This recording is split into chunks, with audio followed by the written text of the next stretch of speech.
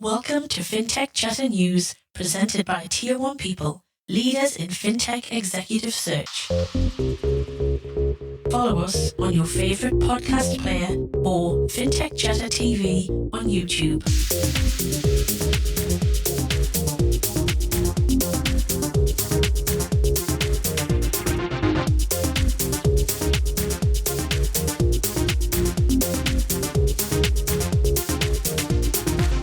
Welcome to your weekly roundup of all things fintech. I'm Dexter Cousins. And I'm Joanne Cousins, and this week we have three special guests. Later in the show, I'll be chatting with Steve Vallas, ex-CEO of Blockchain Australia, about his latest venture. And Toby Norton-Smith from X15 Ventures joins us to talk about their latest Xccelerate program.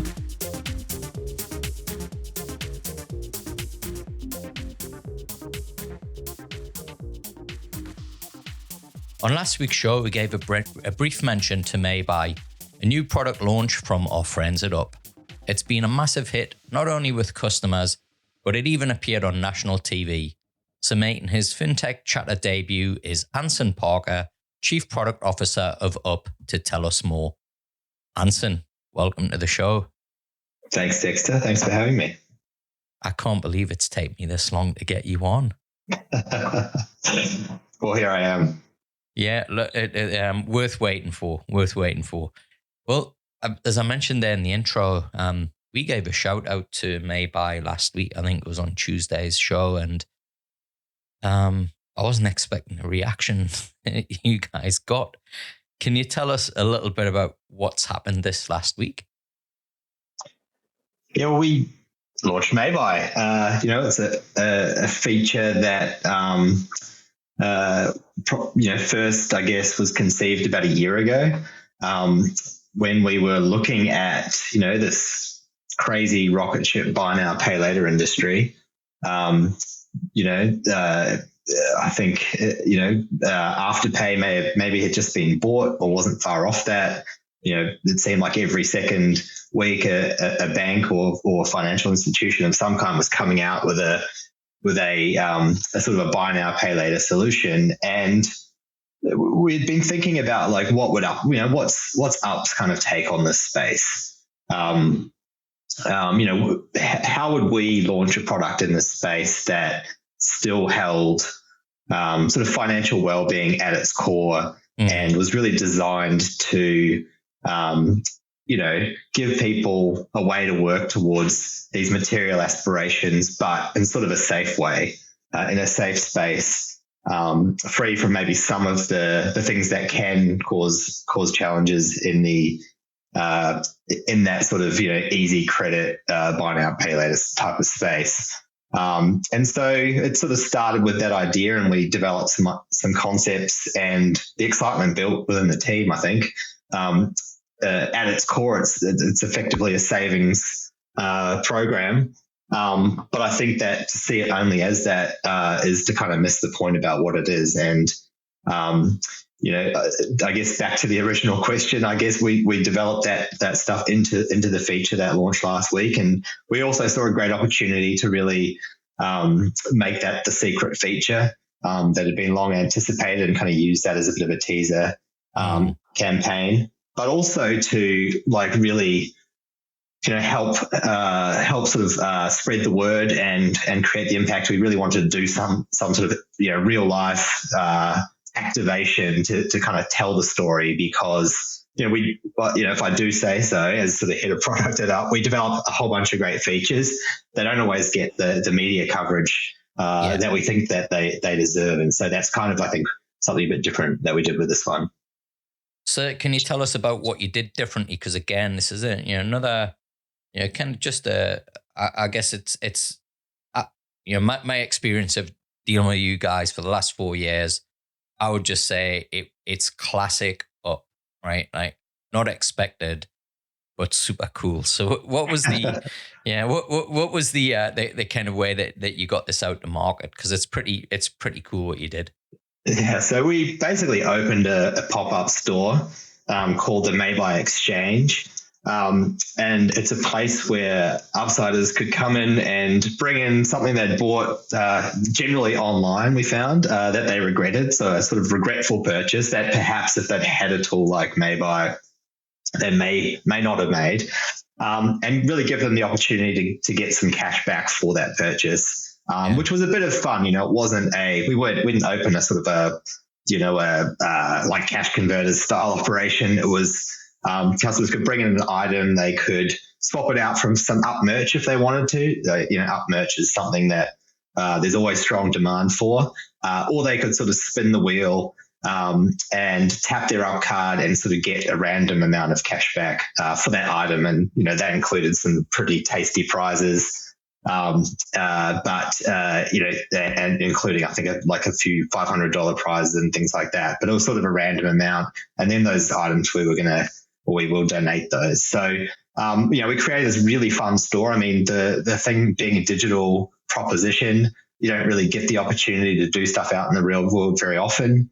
And, be able to do that and create a space and a space that we can talk to outsiders and meet them is a lot of fun. So we have the locations was on the main street of Melbourne, Swanston Street, and you could definitely see the people taking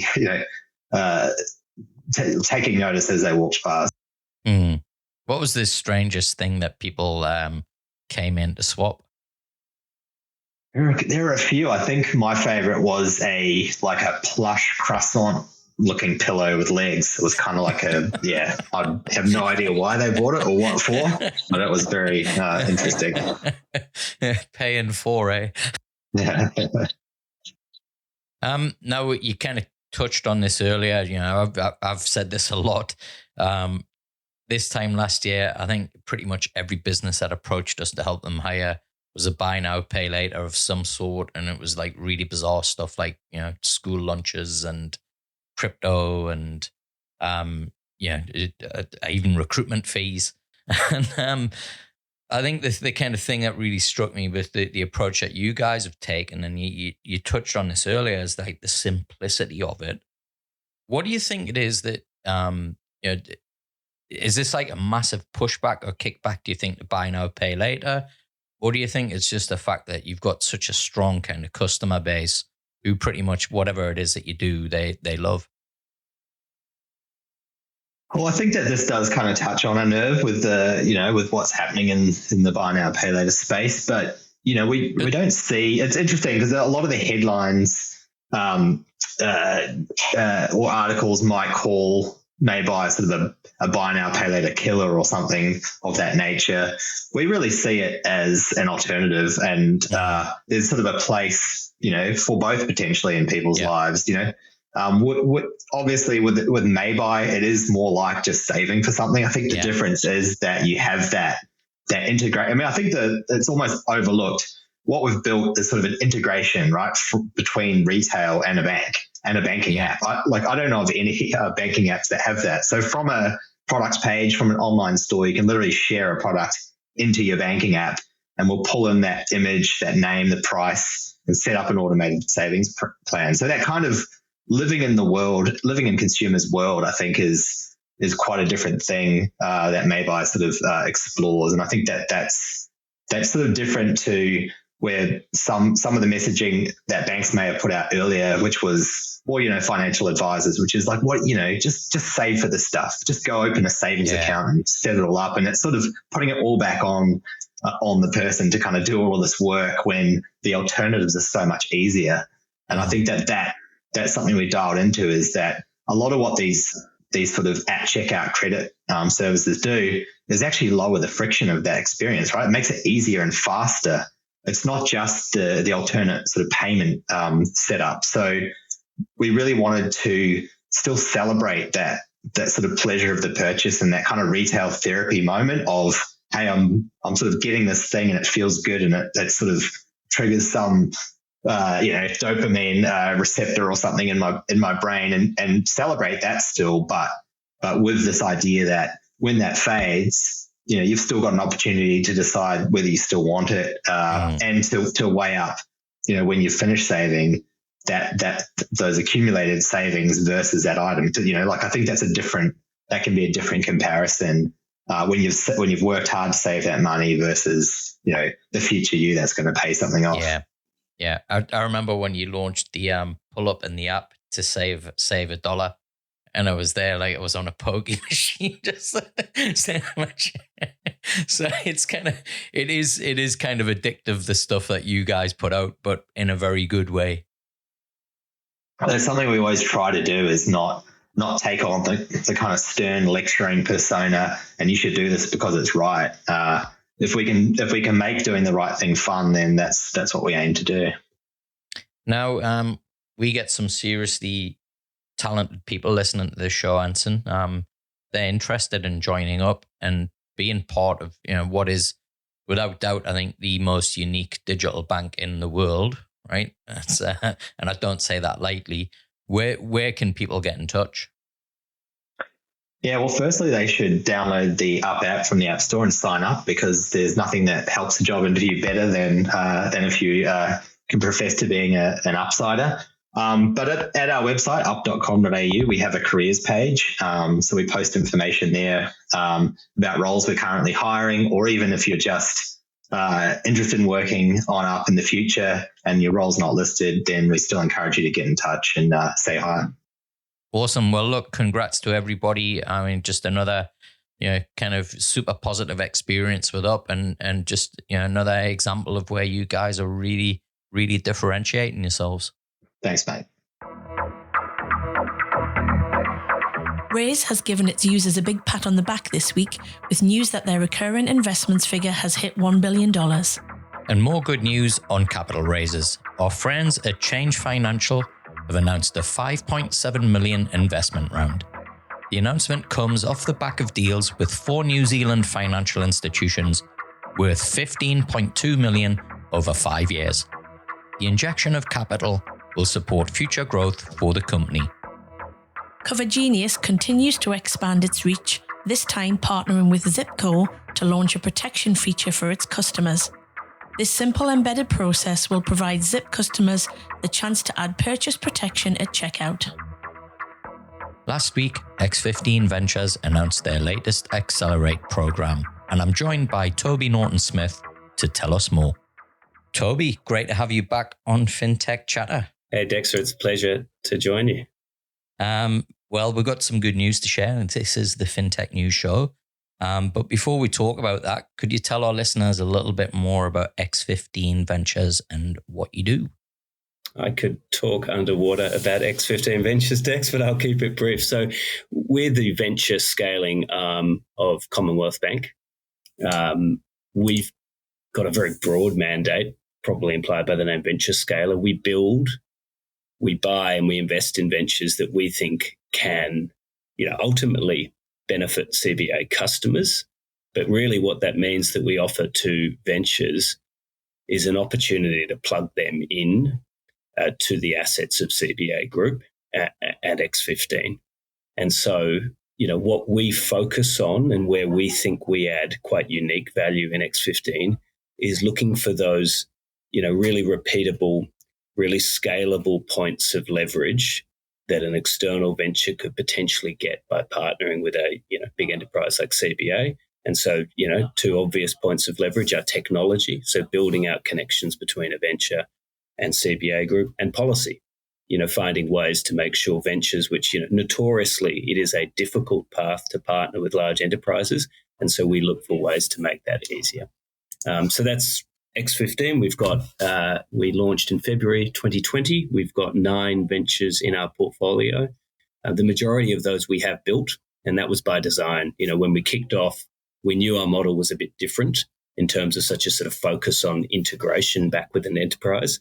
So we sort of wanted to prove the pipes a little bit by, our first ventures, they could be the guinea pigs, and we thought that was only fair that we built those. More recently, we've been more active with acquisitions and investments as well. Fantastic. Now, there was some news last week where you announced your new accelerator program. Can you tell us a little bit about that? Absolutely. I mean, a slight correction. Well, or we don't actually think of it as a traditional accelerator with an A. Probably the branding's a bit confusing. The program is called Xccelerate with an X. So that's our slightly uncreative way of bringing the X15 brand into it. But what it really is it's a short, light touch, sharp program that gives founders, really deep insights into what it could be like to partner, distribute, take investment from a large corporate like a bank. So we call it Xccelerate because it's really an accelerated or expedited, investment program for early stage founders where, what's unique to our program and what we really focus on is bottoming out whether, a venture might have a suitable pathway to scale via enterprise partnership. That's what we think we have expertise in. That's what we've done with our 9 ventures to date. And we've got some great sort of proof points around the benefits that can bring, but it's not for every venture. And there are, as I think I alluded to before, there are, very well understood challenges of partnering with large corporates. And so partly that's why this program is here, for ventures to test that out, give it a run. It goes for over a month. The time commitment is 2 or 3 days. And, in those 2 or 3 days, ventures will, not only meet, we think a really great collection of external experts who can advise them on partnering with corporates, but also meet some of the domain experts from within CBA who can sort of help them understand where they're at on that sort of maturity model to partner with a corporate. Yeah, awesome. Now, you've run these programs before and you always have a theme with the programs. What's the theme on this one? Yeah, that's right. So this is I think the 4th time we've done it. Absolutely thrilled to say sort of default mode for this one will be physical in person at our, really awesome offices out at Everleigh in Sydney. So one theme is, post-COVID or, at least get back into the office is going to be exciting. But the theme is on payments. So it's shaping the future of Australian payments, which, I understand from our perspective, is a very, very broad theme. We don't just want applicants who think of themselves as payments companies to apply. We're interested in anyone who is adding value, in payments or in adjacencies to payments. And, it's such a dynamic space at the moment. There's so much innovation rolling out, both, in small ventures, but across the payments industry in Australia at the moment. I think about sort of, the pay to mandates that are rolling out, allowing, merchants and businesses to initiate real-time payments really quickly. Think about the innovations in account-to-account transactions, in crypto. There's just so much going on in this space at the moment. We really want to meet any business that is, thinks they're adding value in one of those areas. Cool. What is the kind of ideal profile look like for the types of businesses that you invite onto the program? Yeah, it's a great question. We're preference focus on sort of pre-Series A ventures, but we do want them to be more than an idea. Preferably they've already raised a little bit of capital from friends and family or at a seed stage. Certainly we want them to be able to demonstrate what they've built and how it's working, preferably with customers and revenue. So, otherwise, in terms of the profile of the business or the profiles of the founders, we want them to be open to exploring, enterprise or corporate partnership as one way in which they may scale their business. They don't need to be decided on that. As I alluded to, that's what the program's for. But people who are willing to engage in that and explore that, we think will get a lot of value out of the program. Awesome. You and I have had this discussion a lot over the years, Toby, the kind of innovation theater and, the disconnect that used to exist, I think, in the fintech industry here in Oz between the incumbents and the kind of startup community. What's been the approach now for the programs and what kind of successes have you had to ensure that anybody who's, kind of making the commitment to come on board gets some real value from it?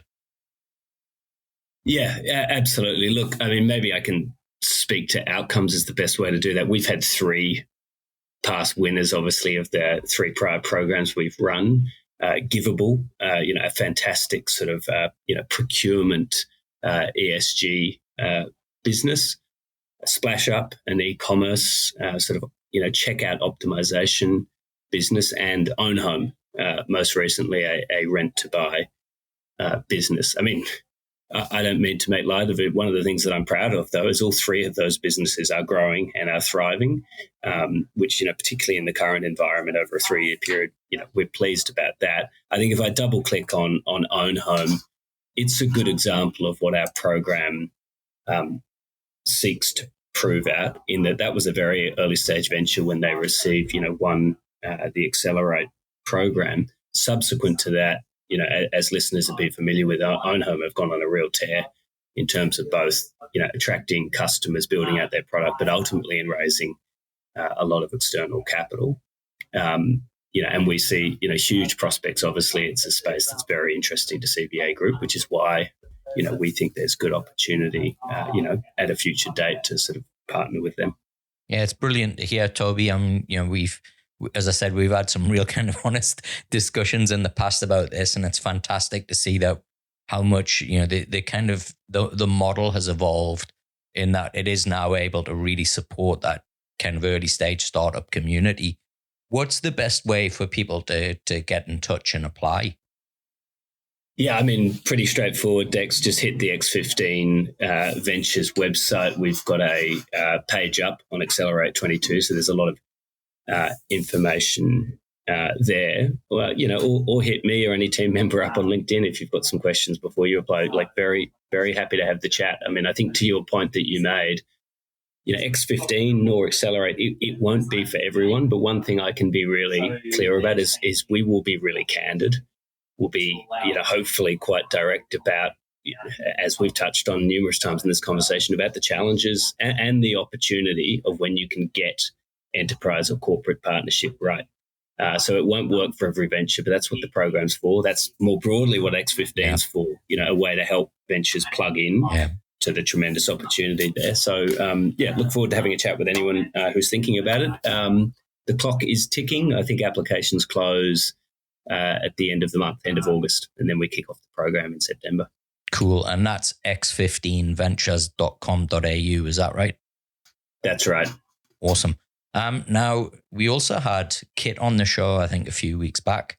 And one of the kind of cool discussions that we had with Yish was really around, I guess, careers at X15. We get a lot of great talent listening to this show. Not everybody wants to be a startup founder, but a place like X15 Ventures, I think, is a perfect place to go if you want to go and test yourself in that environment before becoming a founder yourself. What's are you looking to hire people? And if you are, what's the best way for them to get in touch? We absolutely are, Dexter, right across our portfolio of ventures that are scaling and inside X15 Core, the central team in X15. There's a lot of open roles. Starting point, our website, again, x15ventures.com.au, we've got all of the roles up there on the page. Again, though, if people want to hit me or one of my team up on LinkedIn more broadly or have a chat, very, very happy to do so. Maybe to put some color on we're after a very broad profile of people, right through from that sort of very hungry serial entrepreneur. I point to one of our ventures that's now out in market, Unloan, our digital mortgage business. Now that's run by someone, Daniel Ertley. This is his third venture. He's twice exited beforehand in the prop tech space, and he's come in with, very clear sort of full stack entrepreneurial capability, but was very clear from day one that X15 was the model he was after, where he could plug into and leverage assets of CommBank to make Unloan successful. So that's one profile. We are open to entrepreneurs who have, I would say at least, the maturity or open-mindedness to understand that in some contexts, partnering with corporate, should not be a slight. It should not be perceived as a weakness, but as a great opportunity, and recognize the business models that can really benefit from that. Then at the other end of the scale, we've got, lots of professional roles inside X15 Core. Bear in mind, unlike a normal venture capital business or a CVC, we've got a lot more roles than just investment. The predominant team members inside X15 Core are focused on providing services to ventures. So be that cybersecurity, risk and governance advisory, helping with the technology integrations back into CVA. So that again, probably any role type that you could think of, is open inside X15 Core. And I think as you touched on, it's a really nice middle ground, I think, for talent to explore between sort of corporate, and full-throated, full-risk startup inside X15 Core. So we'd love to hear from great people. Awesome. Well, as well as from you, Dex. Yeah, it's been great to catch up again with you, Toby, and good luck with the new program. And it's great to hear about X15 and that model really starting to get some traction now, and the kind of risks that you took a couple of years back starting to really pay off. Thank you, Dexter. It's always happy to chat. And look, we've got a lot more to prove ahead of us, but I think some of the ventures in our portfolio are really starting to scale up now, and some of that scale is coming through exactly what we've delivered. So we're not there yet, but really proud of where we're at so far. Iris have announced that Marcus Price will take over the CEO MD role when Andrew Walsh retires in October. The ASX chess project has been delayed again, with more development required as the reason for the delay. The revised go-live date is now late 2024. Fintech Australia are again partnering with EY to conduct their yearly Fintech census. The information from this will highlight issues the Fintech community is facing. The feedback from this census will be the basis for this year's talking points with government, policymakers and key stakeholders. To take part, go to fintechaustralia.org.au. I'm joined now by Steve Vallas, who was the previous CEO of Blockchain Australia, and I was expecting to have a bit of a break. But yesterday, he came up with a big announcement of his next thing. Steve, welcome to the show. Come on, Dexter. You didn't actually expect me to take a break, did you? I did expect you to take a break. I think your wife did as well, didn't she? I think the prospect of quality time together, when it dawned upon her that would mean a lot of hours every single day, I think she was happy to let me just pursue the usual sort of obsessions. Fantastic.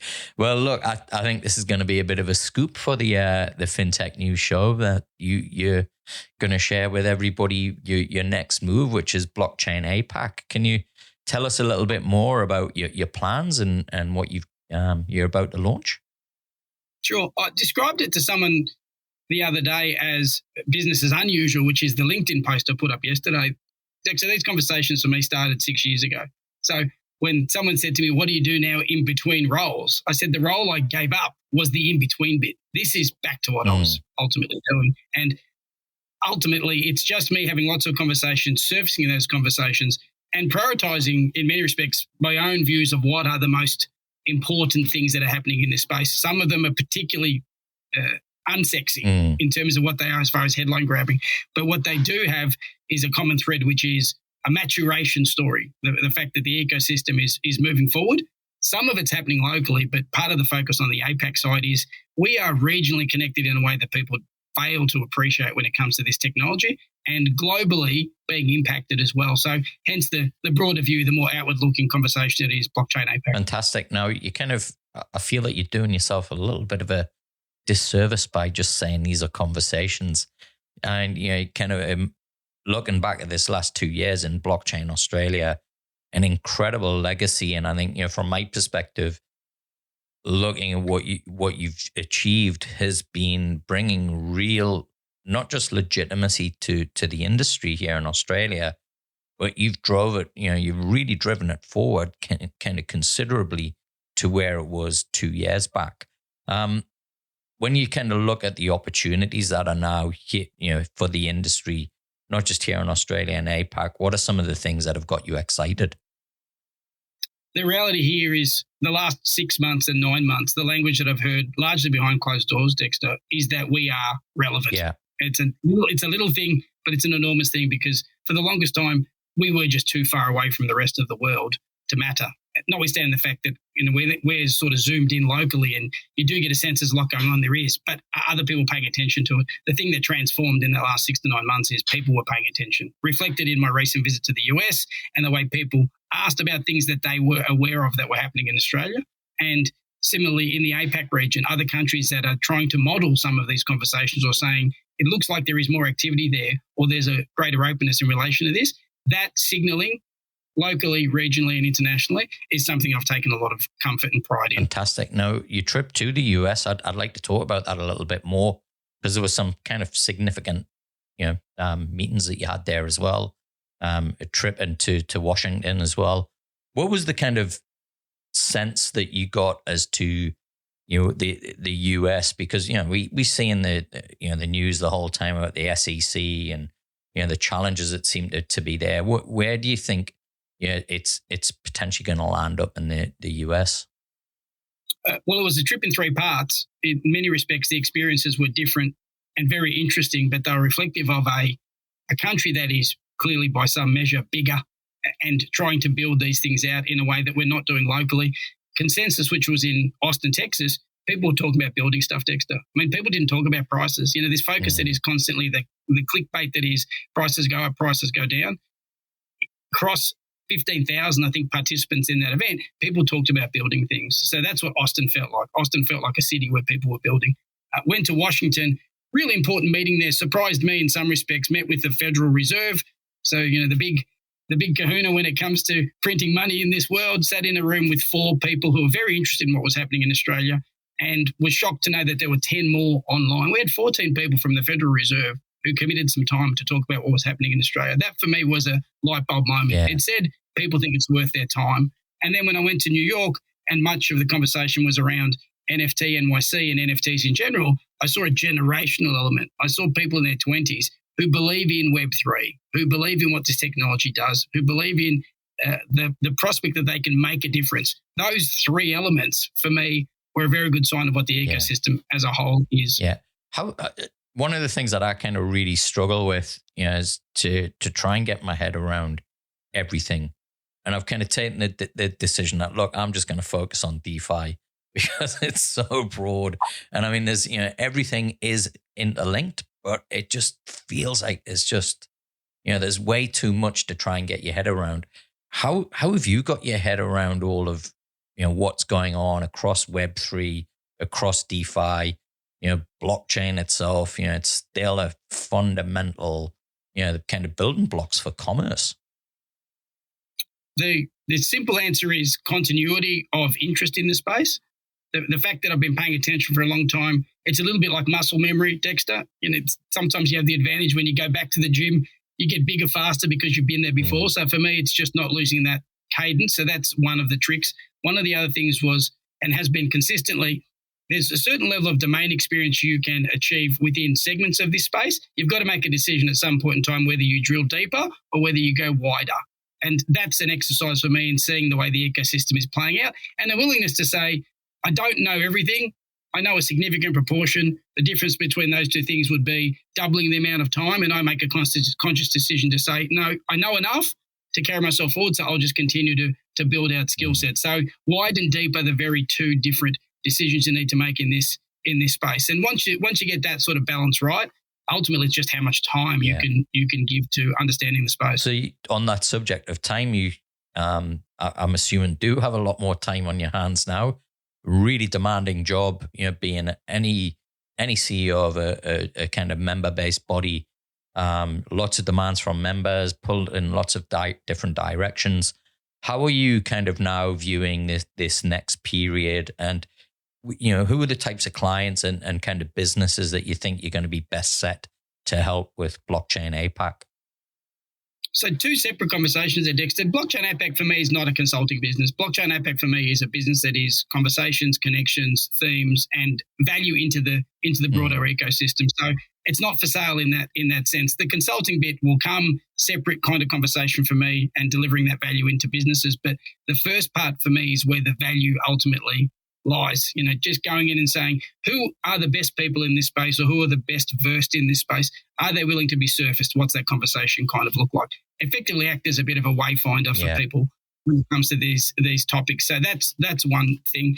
It sounds odd, Dexter. I love the space. Like it is stimulating and challenging to get your head across this subject matter. So the time that I'm not spending in a stakeholder management sense to satisfy the requirements of members and other stakeholders in the space, I'm now shifting back to research, learning, and understanding the way these things thread together. So it's a little bit counterintuitive. I've met so many great people. Now the value I add back into these conversations is I have a broader sense of this space than they do more often than not, because I can take the time to walk aimlessly, as I tend to do on most days and weekends, and just consume information and be able to discard the things that I don't think are that relevant to the conversations I'm having, but effectively just to bolt that on into the next conversation I have and then sort of pay it forward effectively. Awesome.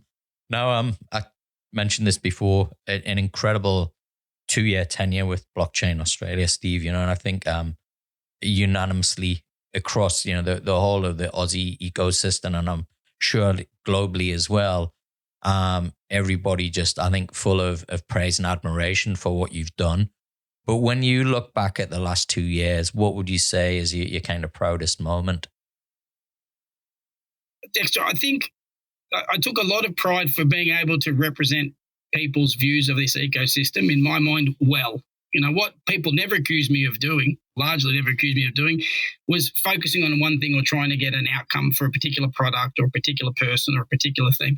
I think I gave a good landscape view. And at various points in time, I think I was accused of being a maxi, and at the other end of the spectrum, I was a government sympathiser. So I sort of figured if I was accused of being both of those things or neither of those things, it would suggest that I was able to relatively even-handedly and put views forward. And the aim for me was not trying to convince people about these things. All I've been trying to do for 2 years is saying, here is some data about this thing. If it's of interest to you, carry that forward. If it isn't, don't. But all I can do is present the information as best I've been able to accumulate it. And I think in that regard, it meant that I had to carry with me a lot of people's reputations, and I was happy at the conclusion of that period of time. The general assessment was that I carried their reputations forward for them with appropriate regard. So that's actually a lot of satisfaction from my perspective. Awesome. Well, Steve, look, it's great to have you on, and I'm really glad we got this opportunity just to I just wanted to give you a little bit of honor, really, because I've just, truly admired the job that you've done this last 2 years,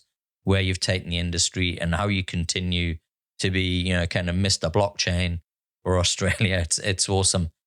What's the best way for people to reach out to you if they're keen to chat?